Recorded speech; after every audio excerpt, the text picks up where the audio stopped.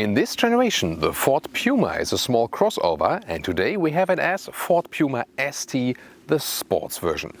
Exterior, interior and the sporty driving experience here today in our channel with Thomas and everything you need to know in Full HD, full screen and full length. Let's go!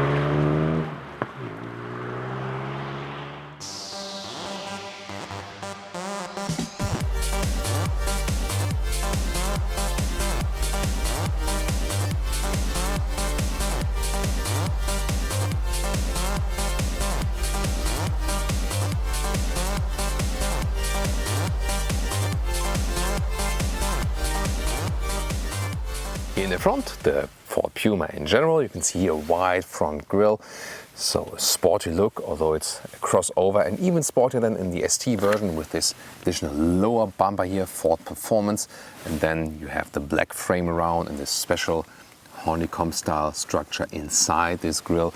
Interesting daytime running light, headlamps come standard with LED, optional and the high beam features as LED as well. And depending on the market, this grey color here is called grey matter or fancy grey. Indeed, it is quite fancy, not a real matte tone.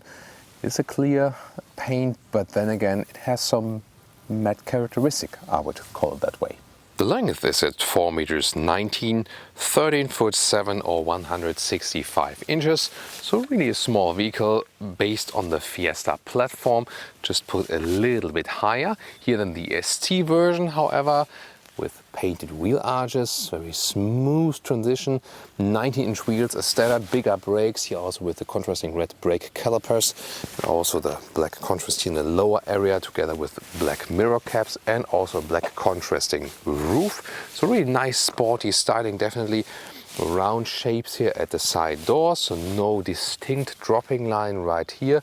So a very modern crossover styling, and I think the sporty style really works for this vehicle. Comes standard then with a stiffer sports suspension. We'll see how that one drives very soon. A very interesting perspective here, also 3/4 rear. It looks like a sports sneaker or something, doesn't it? Well, Puma would also fit to that, wouldn't it? Black Puma badging right there. Then you can see here the tail lamp signature here, very nicely done. And in the ST version you have this, stronger lower black style and also a performance exhaust where you can also inside see the exhaust valve. Of course then once again an ST logo. Front-wheel driven platform, and whereas the normal Ford Puma comes with a 1-liter 3-cylinder turbo petrol engine, this one here, the Ford Puma ST, comes with a 1.5-liter turbo petrol engine. Still a 3-cylinder, but then with 200 horsepower, 6.7 seconds is the acceleration figure to 1 kilometers or 62 miles an hour, 320 Newton meters of torque, and this significantly faster than anything else you can buy in this lineup.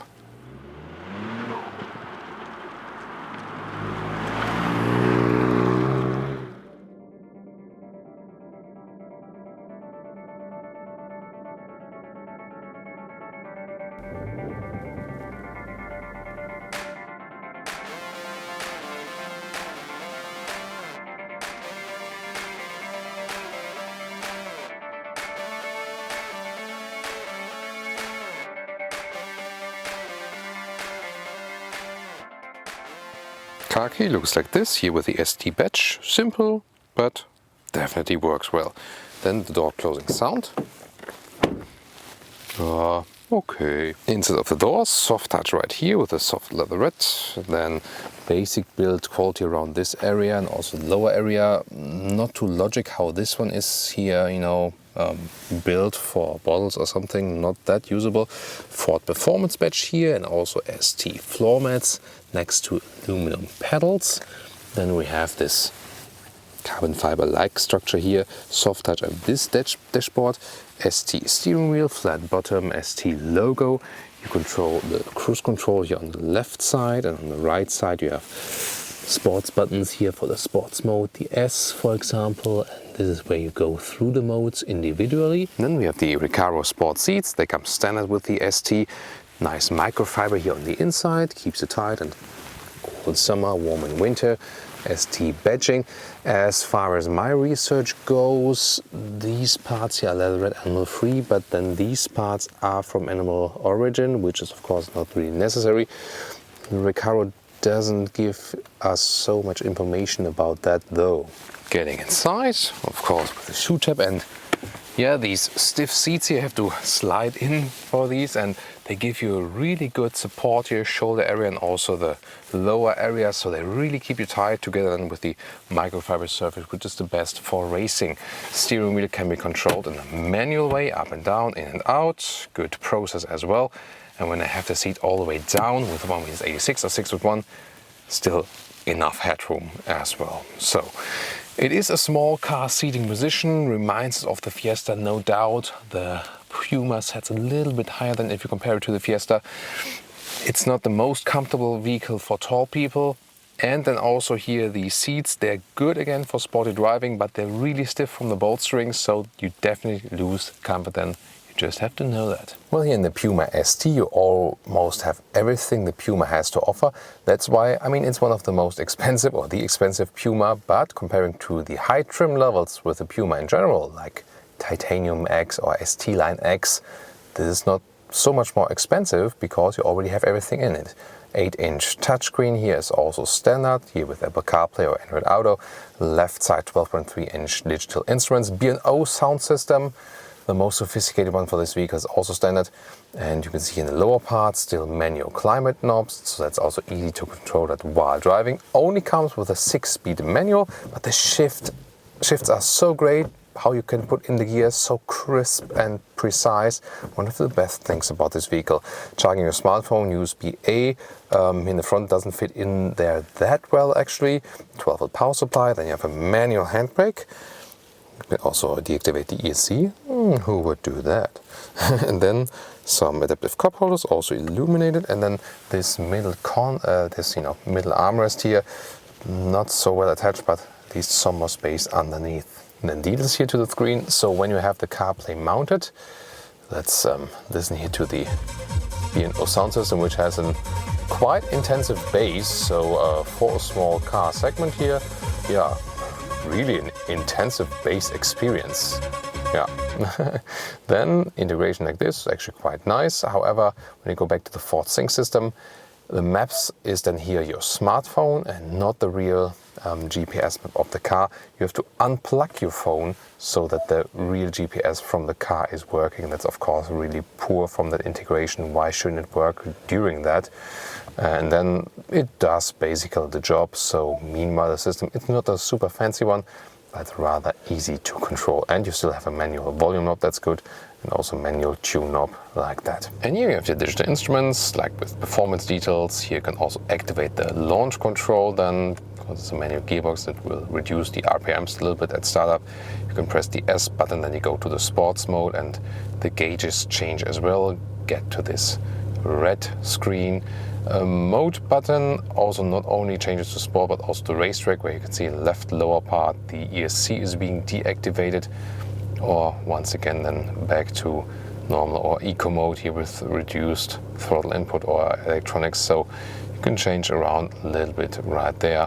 Just that this 1.5 liter engine has no MHEV system like it is offered with the 1 liter version in the Puma. It's of course not plentiful as for the leg room, so I do hit my knees right there, so I can't properly sit here as a tall adult. Headroom wise it does exactly work, I would say, but of course not plentiful either. So again, not thought out for tall adults here in the rear, but we also have the nice microfiber surface here in the rear seats, so you can get along somewhat. And when you don't have too long legs, then it's actually a quite decent seating position here. Also pretty upright for the rear. That's the good thing about it. And then you have the ISOFIX at the outside parts each. You can already fold the seats from here if you like. You can also use the middle seat. That's theoretically possible. Of course, the same goes here for the leg situation. But yeah, for shorter journeys it would work. And there's just a small cubby hole here. Everything rather basic. The Ford Puma ST catches 456 liters in total, unchanged. See here with the sample luggage. Interesting that here this top cover raises automatically with the trunk when you open it. So you have the free area right here then. Let's put out the luggage. See here, because the really interesting thing is below here, and it's about 80 liters, the so-called megabox. And you can reach in there so deeply, and then underneath you see you can also unscrew this part, and then you can actually rinse the water through it, so you can put ice cubes in it for a summer party and so on. And like this, when we go back to the normal trunk area, I have set this sticky to a meter. This is here about 75 centimeters in length. This is almost a meter in width, and the trunk height here to the cover is about 43 centimeters. Of course, a little bit longer overall. And then, because you have a free area right there, you can also easily fold the seats from here like this.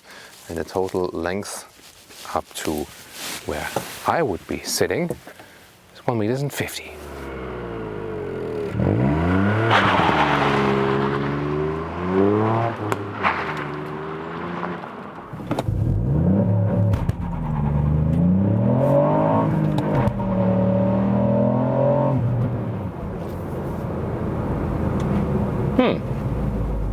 Nice test. First time load control. Yeah, you still got some wheel spin, of course, so much power just via the front wheels, but the load control is limiting that, so you get more power to the ground. Road a little bit wet still today, but quite decent.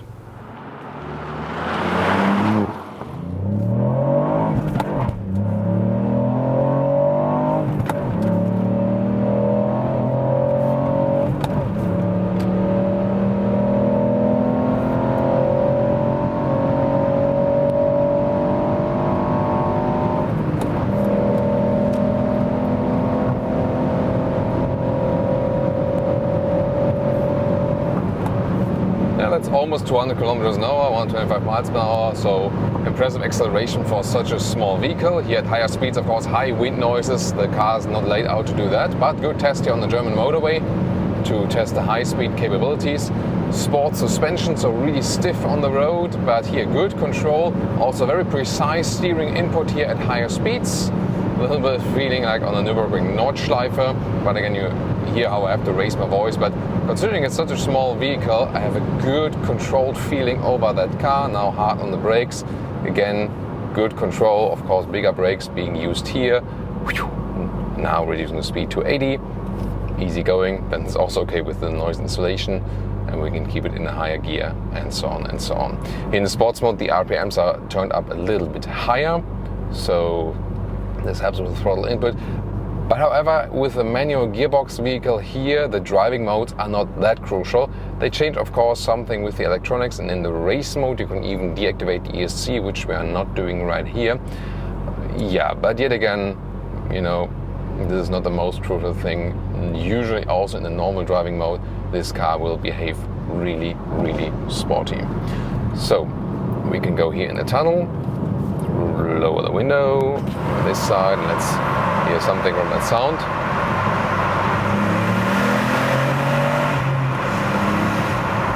Actually quite nice. However, you have to note that in comparison to the Fiesta ST, the Puma ST is a little bit more silent. They also did that on, intentionally, and it's also a little bit slower. So the Fiesta ST is supposed to be even a little sportier, whereas the Puma has this more upright seating position, which is then a little bit more comfortable. Yeah, but speaking of comfort, I told you initially as well, these sport seats here, they hold you really tight for corners and stuff. But it's not that they would be super comfortable or so, Yeah, so it's good that we have the microfiber surface, so you don't sweat on it on summer and keep it warm and cozy in winter times, and again, they hold you tight, but really stiff bolt string definitely, so you definitely lose comfort if you compare them to the normal seats that are being offered in the Puma ST. Here once again in this corner, really stiff from suspension, but good control here over the vehicle. The steering input is so great, so natural, so precise, no dead zone angle. So steering wise and suspension wise, as long as the road is nice, it's really cool. Of course, it will get rather bumpy when you have some uneven road, and also how you put in the gears, you know, like second gear, third gear and so on. You have a nice clicking in of the gears, not too much resistant, but you know, but really the right proper choice, you know. You have a very nice sporty feeling when putting in the gears.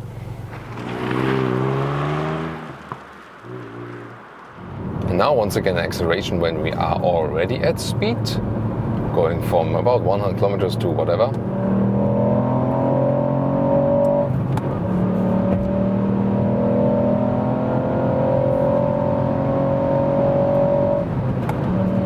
That's 160, pretty nice as well, but of course this 3-cylinder small displacement is not really suitable for accelerations at higher speeds. It's more about the low speed area and the agility than in the low speed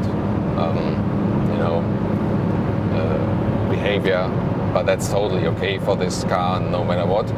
Again, it's really cool how calm and collected this small vehicle remains when you are at high speeds here. It's not that it would be that it's really relaxing due to the noise insulation, but again, how suspension is behaving and how calm the steering wheel is. 19-inch wheels mounted, they make it of course even less comfortable, but very good sporty behavior. So exactly what you like and what you want when you buy an ST vehicle, and good feeling of the brakes.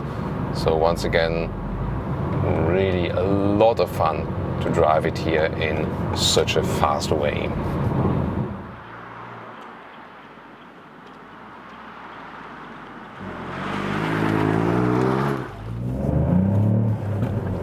Yay! And I have one more tunnel for you. So once more, down with the window, view speed, second gear.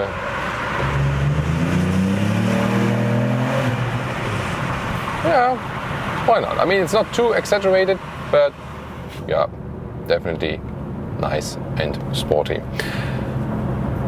So what about driving this car in everyday driving life? It's actually pretty stiff than in the normal handling. Definitely, of course, you need to like that. So we also go up the hill with a nice curvy road. Just a few comments here. Roundabout visibility is quite okay. It's not such a big vehicle, so you get along in the city very well, etc., etc. So finding a parking spot is no problem.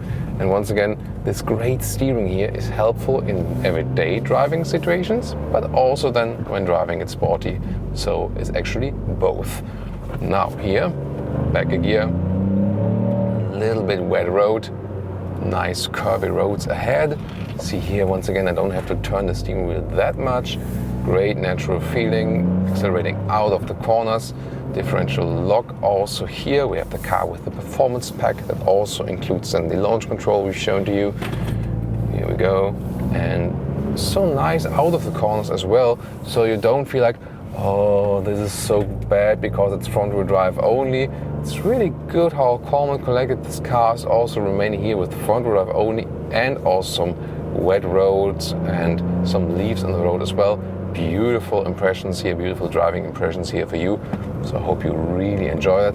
And that's a little bit more silent than the Fiesta ST is for, you know, some rural surrounding. Also not too bad. You annoy less people definitely. And I think the sound for this 1.5 liter 3-cylinder is still more than enough. Such a balanced and neutral handling. Once again, suspension and steering work is really, really cool. Second gear could be maybe a little bit longer, but then again, for most driving situations, this won't really matter that much. Back to the gears. Putting in the gears is again so much fun. Now this hairpin corner is ahead.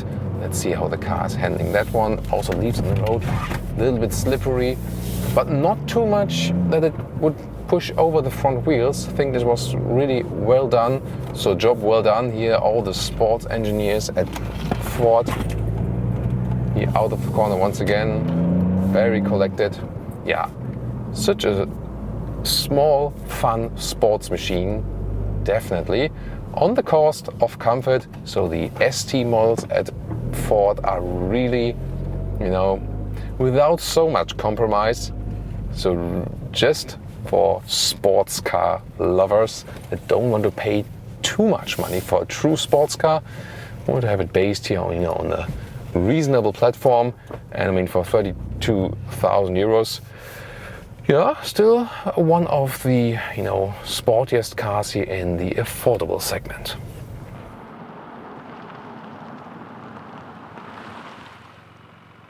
And now to our conclusion for today with the Ford Puma ST. Some 8 liters and 1 kilometers, so 29 mpg US, 35 mpg UK. Have to calculate with that if you want to use some of the performance, but still, you know, keep it rather calm.